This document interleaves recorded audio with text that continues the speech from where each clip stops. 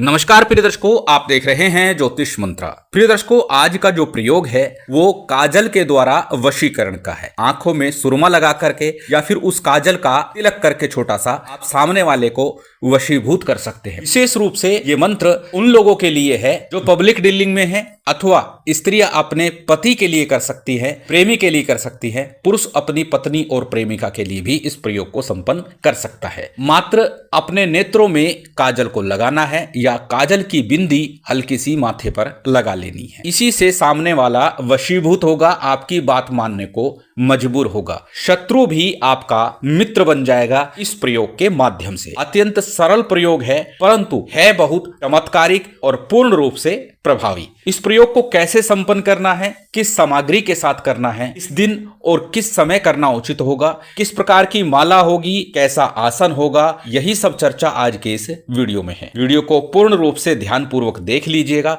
अन्यथा फिर आपके अनावश्यक रूप से प्रश्न आते हैं, मंत्र तो बताया ही नहीं, भोग क्या लेना है वो भी नहीं बताया, कि वीडियो आप पूरा नहीं देखते और फिर प्रश्न करने लग जाते हैं, जबकि वीडियो में लिखित रूप में भी सभी कुछ दिया जाता है। इसलिए विनम्र निवेदन है, वीडियो को पहले पूरा देखें, उसके बाद प्रश्न करें। चलते हैं वीडियो पर कि किस प्रकार से इस मंत्र का विधान करना है। सबसे पहले बात करेंगे सामग्री की। सामान्य सी पूजन सामग्री, इसमें अक्षत, पुष्प, धूप, दीप, नैवेद्य इत्यादि हो, परंतु मुख्य रूप से जो सामग्री आपको इस पूजन के दौरान, इस साधना के दौरान लेनी है वो क्या है, वो भी स्क्रीन पर लिखी हुई है। चमेली के पुष्प, इत्र की शीशी, 5 लौंग और 5 इलायची, और साथ में 2 बूंदी के लड्डू लेने हैं, 2 मीठे पान लेने हैं, गूगल का धूप लेना है और मीठे चावल थोड़े से बना लीजिएगा। ये सामग्री आपको मुख्य रूप से लेनी है। दीपक की बात करें तो तिल तेल का दीपक ही इस साधना के लिए आपको प्रयोग करना है। सामग्री के बाद बात करते हैं किस दिन और किस समय इस साधना को करना उत्तम होगा, श्रेष्ठ होगा। प्रिय दर्शकों, इस साधना के लिए शुक्रवार, शनिवार अथवा रविवार, तीनों ही दिन आप प्रयोग कर सकते हैं, साधना आरंभ कर सकते हैं। श्रेष्ठतम है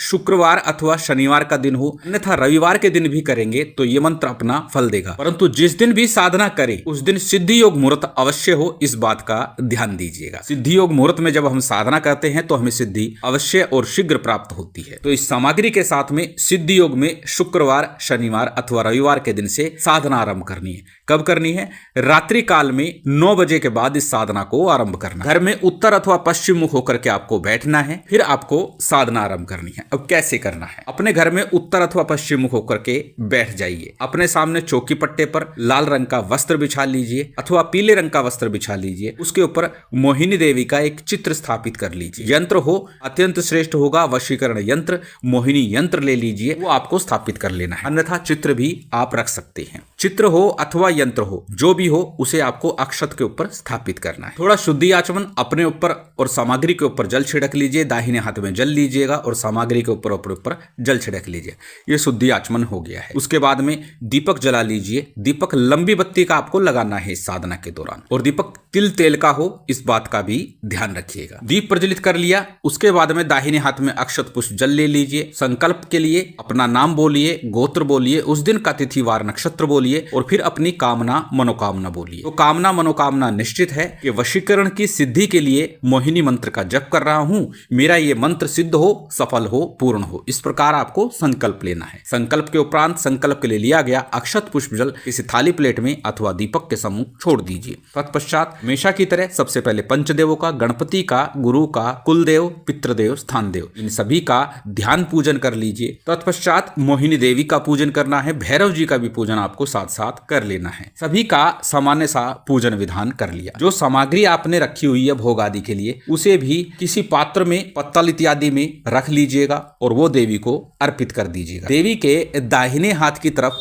ये भोग सामग्री आपको अर्पित कर देनी है। तत्पश्चात सबसे पहले गणपति और गुरु मंत्र का यथासंभव यथाशक्ति जप कीजिए। 11 बार अथवा 21 बार अथवा एक माला का। ओम गंग गणपते नमः, ओम गणेशाय नमः, ओम वक्रतुंडाय नमः, इस गणपति मंत्र का जप कर सकते हैं, जो आप सहजता सरलता से बोल सके। बात करें गुरु मंत्र की, यदि गुरु दीक्षा ली है तो अपने गुरु मंत्र का ही जप कीजिए, अन्यथा भगवान शिव को या गुरु गोरखनाथ जी को हाजिर नाजिर मानकर उनके मंत्रों का जप कर सकते हैं। ओम नमः शिवाय का अथवा ओम गुरु गोरक्षनाथाय नमः, इन मंत्रों का जप गुरु मंत्र के रूप में किया जा सकता है। तत्पश्चात आज का जो मूल मंत्र है इसका आपको जप करना है। प्रिय दर्शकों, बार बार बोलता हूं, जब साबर मंत्र का जप कर रहे हो तो साबर सिद्धि मंत्र का भी 11 बार जप कर लें तो उत्तम होता है। साबर सिद्धि मंत्र आपकी स्क्रीन पर दे दिया गया है। इस मंत्र का 11 बार जप करेंगे तो उत्तम होगा और प्रत्येक साबर मंत्र की साधना में साबर सिद्धि मंत्र का 11 बार जप तो अवश्य ही करना चाहिए। इससे साबर मंत्र शीघ्र सिद्ध होते हैं, जागृत हो जाते हैं। साबर सिद्धि मंत्र का 11 बार जप करें। उसके बाद में आज का जो मूल मंत्र है इसका आपको एक माला जप करना है। नित्य एक माला जप करने से ही ये मंत्र जागृत हो जाएगा और काजल सिद्ध हो जाएगा। अब काजल कैसे बनेगा, किस प्रकार बनेगा, यह भी विधान आगे बता रहा। सबसे पहले जान लेते हैं उस विशेष खास मंत्र को। मंत्र अत्यंत सरल आपकी स्क्रीन पर है। स्क्रीनशॉट ले सकते हैं, किसी कॉपी नोटबुक में नोट कर सकते हैं। मंत्र को एक बार बोल करके बता देता हूं। मंत्र इस प्रकार है। मोहिनी मोहिनी कहां से आई, आई ढाक बंगाल से, आंखों में सुरमा तिलक माथे पर, मोहने आई काजल की धार से, सिंहासन बैठा राजा मोहलिया, पीड़े बैठी रानी को, अखियन काजल का तेज है ऐसा, मोहलिया बैरागी व संसारी को, फुरो मंत्र ईश्वरो वाचा, देखो माता मोहनी तेरे शब्द का तमाशा। इस मंत्र का आपको जप करना है। मंत्र को पहले अच्छे से याद करना, कंठस्थ कर लेना, ताकि मंत्र जाप के समय किसी प्रकार की भूल ना हो, त्रुटि ना हो और मंत्र पूर्ण रूप से आप जागृत कर सके, सिद्ध कर सके और सही उच्चारण कर सके। इस मंत्र का आपको एक ही माला का जप करना है। मंत्र जाप के बाद में लौंग, इलायची, बताशे का भोग लगाना है और जो भोग सामग्री प्रथम दिन आप लेके बैठे हैं वही साधना के अंतिम दिन तक आपको रखनी है। अन्य दिनों में लौंग, इलायची, बताशे का भोग अग्नि पर आपको लगाना है। जलाचमन कराइए, क्षमा प्रार्थना कीजिए, आसन को प्रणाम कीजिए और फिर उठ जाइए।